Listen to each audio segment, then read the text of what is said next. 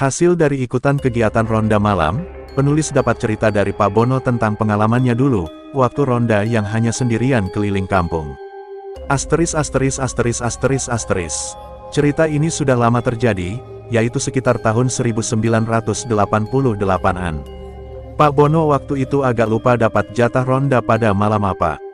Tapi yang pasti, saat itu wilayah untuk jalur ronda 2 kali lebih luas dibandingkan ronda yang sekarang ini kami lakukan, dan penduduknya juga belum terlalu banyak, sehingga rumah warga masih jarang. Rumah kami ada di RT 01, yang termasuk bagian dari RW 03. RW 03 sendiri terdiri dari 2 RT, yakni RT 01 dan RT 02. Jadi ronda zaman dulu, Pak Bono dan warga yang lain harus mengelilingi 1 RW 03. Tetapi karena bertambah jumlah warga pendatang, kemudian untuk masalah keamanan lingkungan diserahkan ke masing-masing RT untuk ronda di wilayah RT saja. Saat itu pos ronda ada di bagian timur dari RW kami yang berbatasan dengan RW lain, sedangkan rumah Pak Bono berada di bagian barat yang merupakan batas wilayah RW 03. Jadi kalau beliau berangkat ronda, lumayan agak jauh juga kalau kumpul ke pos ronda terlebih dahulu. Apalagi waktu itu beliau satu-satunya warga RT 01 yang dapat jatah ronda malam itu, sedangkan teman-teman satu timnya sebagian besar adalah warga RT 02. Selepas tengah malam, beliau baru keluar dari rumah setelah sebelumnya membunyikan kentongan yang ada di depan rumahnya. Beliau berjalan dengan santai sambil memunguti beras jimpitan dari tiap rumah yang dilewatinya. Waktu itu aturannya pakai beras setengah gelas, sekarang pakai uang jimpitan Rp500 kemudian dimasukkan ke tas kresek yang dia bawa.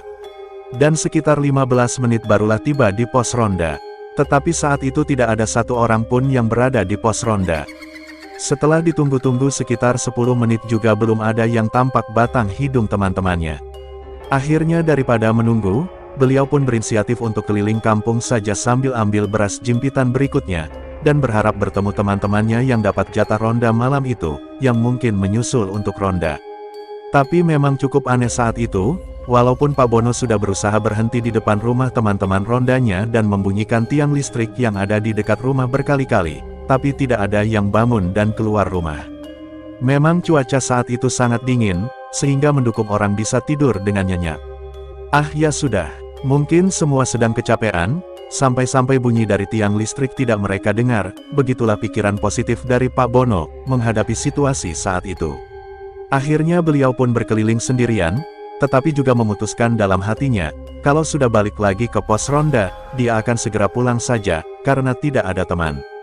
Yang penting beras jimpitan ditaruh di tempat yang disediakan di pos ronda.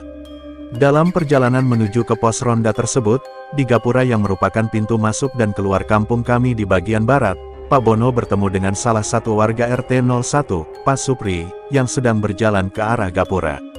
"Malam Pak Bono, kok sendirian saja Pak?" tanya Pak Supri sambil tersenyum dan berhenti, menunggu Pak Bono mendekatinya. "Iya Pak, nggak ada yang keluar ronda, jadi cuma sendirian saja," jawab Pak Bono. "Jenengan nggak nonton wayang gitu? Ada pertunjukan wayang kulit di kantor KR lo. Dalang kondang," kata Pak Supri sambil menyebutkan nama Ki Dalang, yang kebetulan jadi favoritnya Pak Bono. "Wah, yang bener Pak, kok saya nggak dengar informasi kalau ada pertunjukan wayang kulit di sana ya? Wah harus nonton nih," kata Pak Bono dengan bersemangat sekali. Karena memang beliau hobi nonton pertunjukan wayang kulit, dan kebetulan dalangnya favorit dia. "Nuhun ya infonya," sambung Pak Bono kepada Pak Supri. Lalu dengan tergesa-gesa bergegas menuju pos ronda untuk menaruh beras jimpitan yang ia bawa, dan setelah itu baru pulang ke rumahnya. Dengan semangat Pak Bono mengeluarkan motornya dari dalam rumah, menyalakannya dan berangkatlah dia sendirian.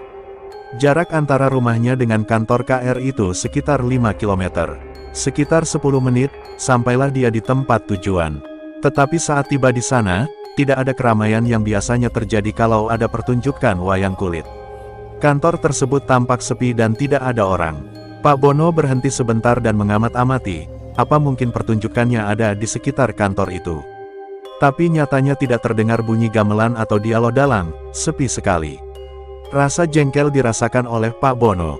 Jauh-jauh datang tapi pertunjukan wayang yang dikatakan oleh Pak Supri ternyata tidak ada. Akhirnya beliau pun pulang, dan punya rencana setelah pulang dari kerja besok, akan mampir dulu ke rumah Pak Supri. Pokoknya dia akan marah-marah karena Pak Supri berbohong kepadanya. Asteris. Keesokan harinya, sekitar jam 5 sore Pak Bono dari kantornya langsung menuju ke rumah Pak Supri. Dan kebetulan Pak Suprinya ada di rumah. Tanpa basa-basi, setelah mematikan mesin dan turun dari motor, Pak Bono marah-marah sambil menanyakan apa maksud dari Pak Supri memberikan informasi bohong kepadanya. Reaksi Pak Supri cuma bengong saja dan kebingungan. Nggak ada angin, nggak ada hujan, Pak Bono memarahi dirinya, dan sepertinya sangat-sangat jengkel kepadanya. Setelah Pak Bono selesai ngomong, untungnya Pak Supri tidak terpancing emosinya. Beliau pun bertanya, kenapa Pak Bono datang sambil marah-marah? Loh, tadi malam kita ketemu di Gapura. Kata sampeyan ada pertunjukan wayang kulit di kantor KR. Saya ke sana, dan ternyata nggak ada apa-apa di sana. Itu kan artinya sampeyan bohongin saya kan? Gimana saya nggak marah? Bercanda ya bercanda, tapi jangan sampai keterlaluan kayak gitulah, jawab Pak Bono masih emosi. Weh, tadi malam nggak kemana-mana Pak. Malah saya tidur malam agak awal karena pengaruh obat flu dan karena pusing kepala. Jadi nggak mungkin saya keluar rumah saat itu. Kalau nggak percaya, tanya istriku saja Pak, jawab Pak Supri. Mendengar penjelasan dari Pak Supri, dan lalu menanyakan kebenaran ceritanya kepada istri Pak Supri, dan diiyakan oleh istrinya Pak Supri, kini giliran Pak Bono yang bengong. Jadi, siapa yang saya temuin tadi malam kalau begitu? Asteris. Sampai sekarang Pak Bono masih tetap merasa heran. Pertama, kok bisa sosok itu tahu namanya? Kedua, kok bisa sosok itu tahu kalau dia hobi nonton wayang kulit?